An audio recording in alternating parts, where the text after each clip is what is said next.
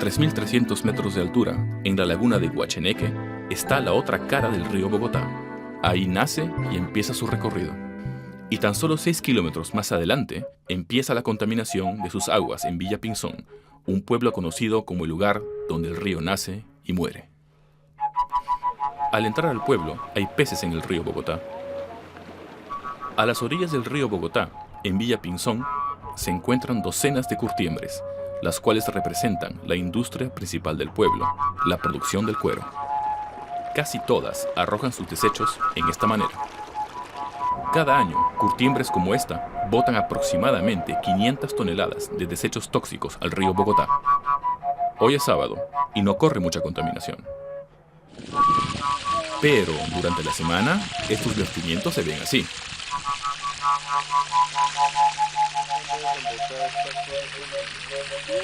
Y así terminarían los peces del río Bogotá.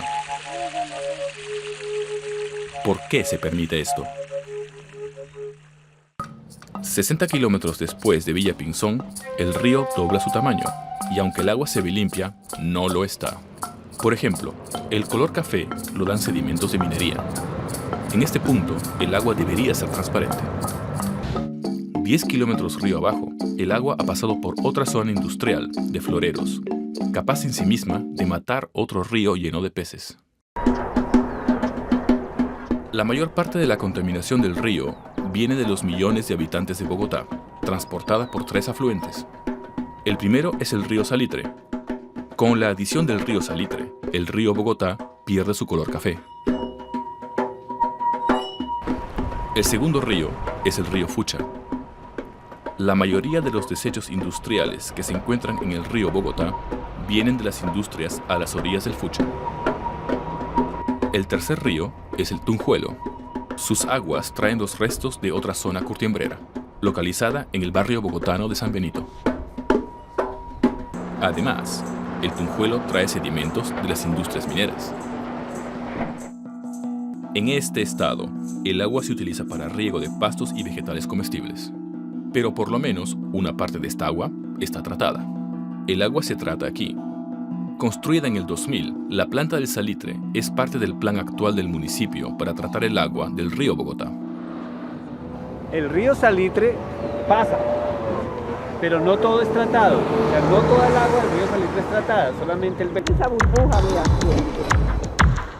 Mucha del agua tratada por la planta es agua de lluvia o quebradas naturales que al entrar a la ciudad se convierten en alcantarilla. El agua tratada se ve transparente, pero espumosa. La planta costó $1.100 millones. Solamente la planta, sin embargo, piensa en los estudios costaron algo así como $400 millones. La construcción de la planta tuvo otra cantidad y hay una cantidad de adicionales a la planta. Piensa que el proyecto final puede haber costado $2.000 millones. En un proyecto de $2.000 millones, en un gobierno corrupto, porque aquí tiene que haber autorización del Estado, autorización de la alcaldía, autorización de la Corporación Autónoma Regional, autorización de las secretarías que están pendientes. Mucha gente tendría que autorizar. Para autorizar un proyecto que todo el mundo sabía que no iba a funcionar, ¿se requiere qué? Maquinaria política. Engrasar la maquinaria política, que es lo que siempre. Y todo el mundo lo sabe. No hay ninguna fecha límite que diga cuándo el río estará limpio. El exalcalde de Bogotá en el año 93, Jaime Castro, presenta la decisión que en su administración se tomó de construir 3 plantas de tratamiento de aguas residuales, cada una de ellas en la desembocadura de los 3 ríos que constituyen el eje hídrico de la ciudad. 10 años después, Bogotá, su administración, decidió modificar el programa de saneamiento del río Bogotá, sin construir la Petar Fucha y la Petar Tunjuelo. Determinó entonces construir unos intersectores entre la cuenca del río Fucha y el río Tunjuelo, y del río Tunjuelo hasta un sitio en el municipio de Soacha conocido como Canoas.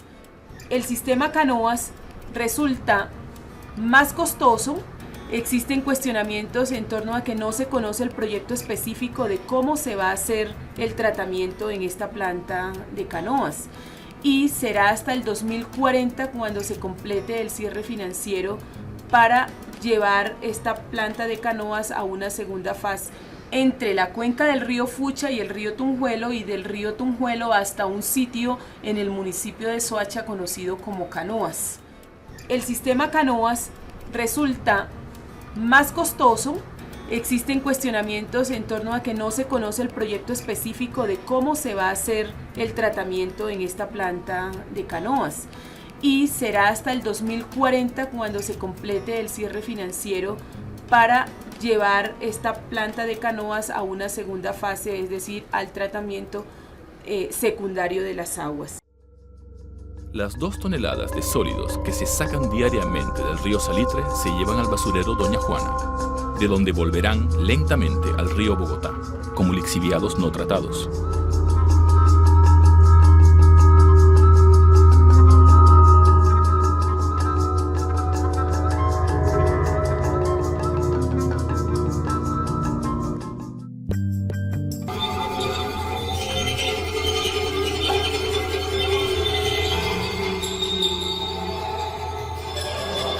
Las escenas son asquerosas, pero no tanto como la forma en que esta agua se utiliza. Estamos regando varios cultivos con aguas que traen metales pesados altamente tóxicos, unos de ellos cancerígenos, y adicionalmente con materia fecal humana, y es lo que hoy utilizamos para regar muchos cultivos en la región cercana a Bogotá. Tenemos más de un 30% está siendo regada con aguas del río Bogotá porque no tienen más posibilidades de dónde abastecerse de aguas. Es muy difícil poder establecer si en un centro comercial, si en un supermercado o en la tienda de barrio realmente estos productos tienen un control para mirar de dónde provienen. Y el tema ambiental está en sexto y en séptimo lugar. Por eso entendemos de que porque el acueducto, el sexto está. Nuestras inversiones se priorizan, están en los cuadros de cómo es que ellos hacen la priorización de sus empresas. Ese es el enfoque de la priorización.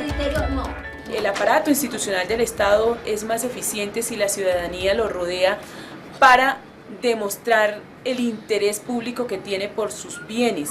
El río Bogotá es un bien público que necesita que los ciudadanos lo quieran, lo reconozcan como tal.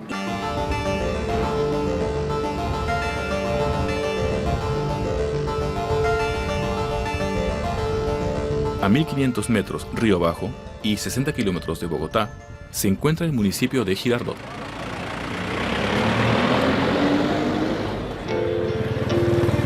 Aquí llega el río Bogotá a su fin. Cuando desemboca en el río más importante del país, el Magdalena. Antes de recibir las aguas negras del río Bogotá, el río Magdalena se ve así, con una orilla de arena libre y limpia. Pero después se ve así, con un barro negro y aguas oscuras. Estas son las 2 caras del río Magdalena, antes y después de la desembocadura del río Bogotá. Con la adición del río Bogotá, la contaminación del río Magdalena sube al nivel del Ganges. Comer pescado aquí es peligroso y su venta está prohibida. Sin embargo, las familias con hambre siguen pescando.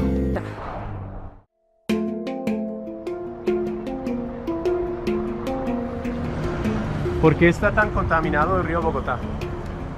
Por la verdad, por mucha porquería que hay por ahí, botan la gente. La gente no tiene como esa noción de que bota y contamina, es eso, es el pensamiento y la acción de la gente. Porque las empresas y las autoridades no sabían controlar los desechos tóxicos y siempre los han enviado a las aguas del río Bogotá. Porque al parecer a nadie le importa. La basura, todo va a la calle y a las aguas, y eso no debe ser así porque de eso mismo se produce el agua para Bogotá. ¿Sí, Al final de su recorrido por la ciudad, el río Bogotá llega a este lugar. El embalse de Muña. Hace 30 años, este era un lugar de asados y paseos en botes.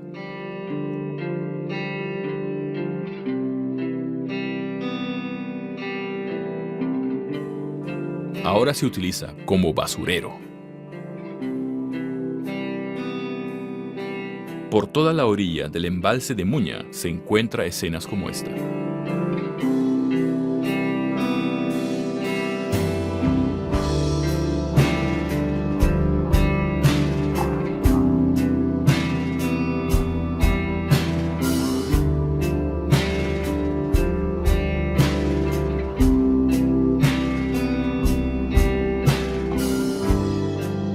pasto invasivo de Kenia, importado por los españoles, esconde otro logro colonial: la costumbre de dejar montones de basura por todos lados.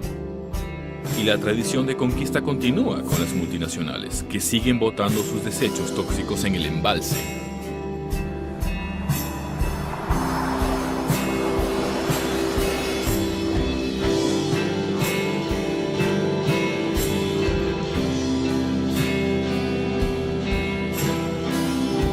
Al final de este mugrero se canaliza el agua por medio de un tubo. Al mezclar el agua, vemos de nuevo su espuma característica. Aquí, el agua ha alcanzado su máxima fetidez, al punto de causar mareo solo por su olor.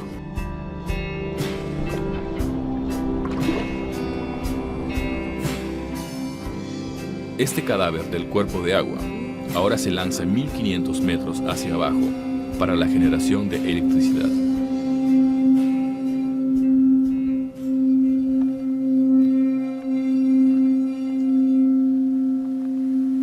El agua se suelta a la naturaleza en las mismas condiciones tóxicas como en el embalse de Muña.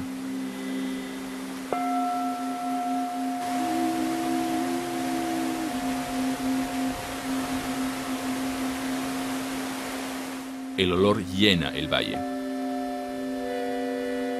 En este proceso, el río pierde 10 kilómetros que servirían para oxigenar sus aguas.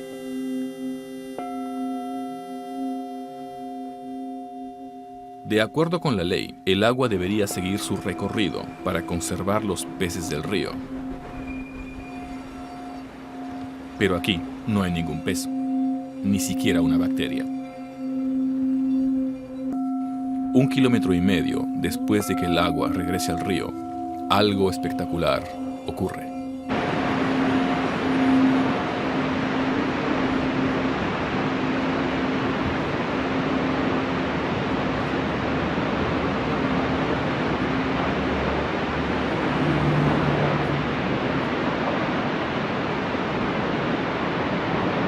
El Salto de Tequendama, un monumento nacional que solía ser una atracción turística.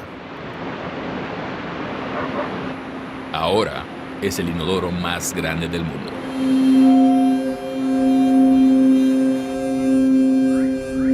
El vacío Hotel del Salto queda como testigo de mejores tiempos, cuando este lugar no olía tan mal.